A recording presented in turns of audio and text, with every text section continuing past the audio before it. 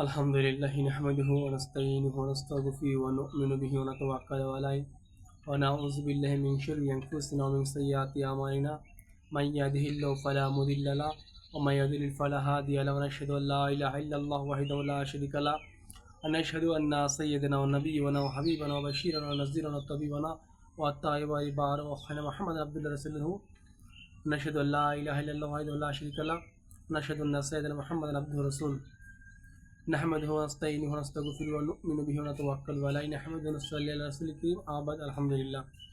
মহান আল্লাহ তাআলার দরবারে লাখ শুকরিয়া যে আল্লাহ পাক আমাদেরকে দুনিয়াতে হায়াত তৈয়বা বাঁচিয়ে রাখছেন। দুনিয়াবী সমস্ত ফিতনা থেকে ঝামেলা থেকে আল্লাহ তাআলা ফারাক করে আমাদেরকে দিনের মধ্যে জাতীয় মতো বড় তৌফিক করছেন। এই জন্য আমাদের দিল থেকে শুকরিয়া আদায় করা উচিত। আলহামদুলিল্লাহ। ভাই দোস্ত যে মহান আল্লাহ পাক দুনিয়ার জমিনে আমাদেরকে প্রেরণ করছেন শুধুমাত্র তার গোলামি করার জন্য এবং একমাত্র হযরত মুহাম্মদ সাল্লাল্লাহু আলাইহি ওয়াসাল্লামের তুরুকে চলার জন্য। আমরা যদি হযরত মুহাম্মদ সাল্লাল্লাহু আলাইহি ওয়াসাল্লামের তুরুকে চলি এবং আল্লাহর হুকুমকে মানি, তাহলে আল্লাহ তাআলা আমাদেরকে দুনিয়াতেও শান্তি দিবে, মৃত্যুর পর শান্তি দিবে ইনশাআল্লাহ। আল্লাহ তাআলা আমাদের সবাইকে দুনিয়া ও মৃত্যুর পর জিন্দেগিতে আখিরাতে আল্লাহ তাআলা আমাদের কামিয়াব করুক এবং দুনিয়াতে আল্লাহ তাআলা আমাদের কামিয়াব করুক, মৃত্যুর পরের জীবন আল্লাহ তাআলা আমাদের কামিয়াব করুক, আমিন।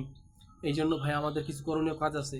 কাজ কি? আমরা যদি দুনিয়াতে শান্তি পেতে চাই, আল্লাহ হুকুমকে মানতে পারি, নবীকে মানতে পারি, নিশ্চয়ই আল্লাহ তাআলা ওয়াদা রাখছেন আমাদেরকে আল্লাহ তাআলা পুরস্কার দিবেন।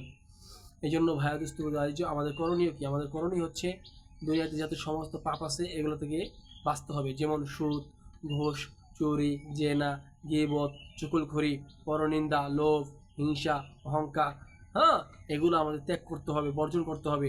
আর আল্লাহ তাআলাকে পেতে হলে একমাত্র হযরত মুহাম্মদ সাল্লাল্লাহু আলাইহি ওয়াসাল্লামের তরিকা আমাদের অবলম্বন করতে হবে। হযরত মুহাম্মদ সাল্লাল্লাহু আলাইহি ওয়াসাল্লামের তরিকা আমাদেরকে মানতে হবে।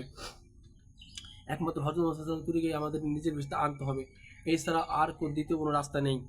এই জন্য আমাদের জীবনকে যদি আমরা বাস্তবায়িত করতে চাই, সুন্দরভাবে গঠন করতে চাই, তাহলে আমাদের জীবনে হযরত মুহাম্মদ সাল্লাল্লাহু আলাইহি ওয়াসাল্লাম যে সুন্নতগুলো রেখে গেছেন, ওই সুন্নতি তরিকাগুলো আমাদের মাঝে আনতে হবে। এই জন্য আমরা কোনোভাবেই সফল হতে পারবো না, কোনোভাবে সাকসেস হতে পারবো না যদি আমরা হযরত মুহাম্মদ সাল্লাল্লাহু আলাইহি ওয়াসাল্লামের তরিকা মতো জীবন গঠন না করি। একমাত্র কোনো পথে শান্তি নাই, কোনো রাস্তায় শান্তি নাই, একমাত্র হুজুর পাক সাল্লাল্লাহু আলাইহি ওয়াসাল্লামের রেখে দেওয়া জিন্দেগির উপরেই শান্তি ও কামিয়াবি। এটা আমাদের মানতেই হবে, আর এটা আমাদের বিশ্বাস করতে হবে যে হযরত মুহাম্মদ সাল্লাল্লাহু আলাইহি ওয়াসাল্লামের তরিকা যদি আমরা দুনিয়াতে গঠন করি, তাহলে আল্লাহ তাআলা আমাদের জন্য জান্নাতকে রাখছেন। ইনশাআল্লাহ আমরা জান্নাত পাবো, আমরা জান্নাতের আশা রাখি।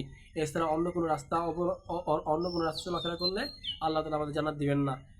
জান্নাত সত্য যদি হুজুর পাক সাল্লাল্লাহু আলাইহি ওয়াসাল্লামের সুন্নাত তরিকা আমাদের ভিতরে আমরা বাস্তবায়ন করতে পারি ইনশাআল্লাহ তাআলা।